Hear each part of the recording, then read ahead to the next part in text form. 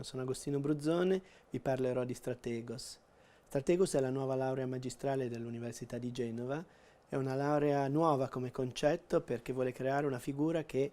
è l'ingegnere strategico. Cos'è l'ingegnere strategico? È un ragazzo che ha la capacità di utilizzare tecnologie innovative, quelle che gli permettono di scrivere degli algoritmi, costruire dei modelli, fare dell'analisi su dei big data, costruire dei sistemi intelligenti che permettano di comprendere questi big data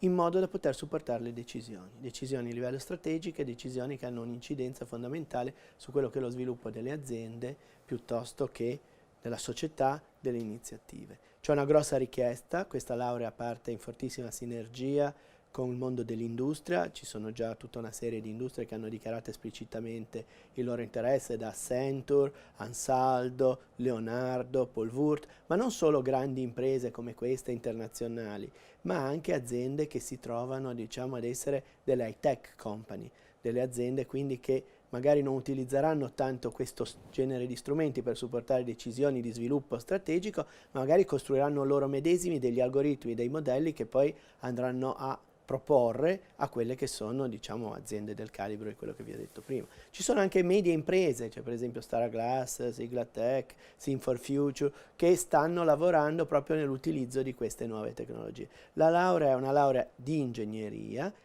però è una laurea, diciamo, trasversale, tant'è che questa è organizzata dal DITEN dell'Università di Genova, un dipartimento di ingegneria, ma in stretta collaborazione col Dipartimento di Economia e di International Affairs. Infatti nell'insieme della laurea ci sono tantissimi corsi, chiaramente la gran parte sono di ingegneria e sono molto, diciamo, scientifici e quantitativi. Tuttavia ci sono anche 4 corsi di economia che sono mirati a creare, diciamo, trasferire la capacità di comprendere il problema sotto quel profilo, ma anche di interfacciarsi con i decisori che spesso sono fortemente vicini alle logiche economiche, e ci sono anche 2 esami di International Affairs per contestualizzare il rischio paese, il rischio geografico, che spesso è fondamentale quando si vanno a fare scelte, perché ormai sempre di più le nostre aziende, anche quelle che sono di Genova per Genova, poi in realtà lavorano in tutto il mondo.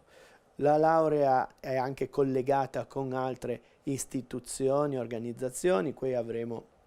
un centro della NATO, un centro di eccellenza della NATO su queste tecnologie, abbiamo contatti con altre università,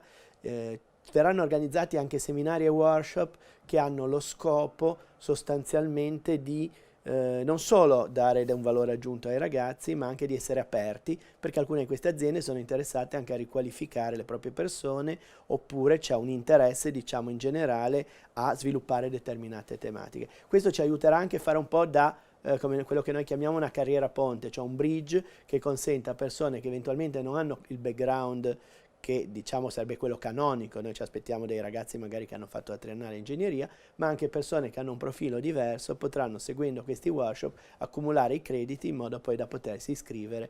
Questo soprattutto noi pensiamo a quelli che arrivano magari da background diversi, quindi con delle lauree differenti e che sono magari stanno già lavorando e hanno interesse ad acquisire queste capacità perché hanno già dei ruoli decisionali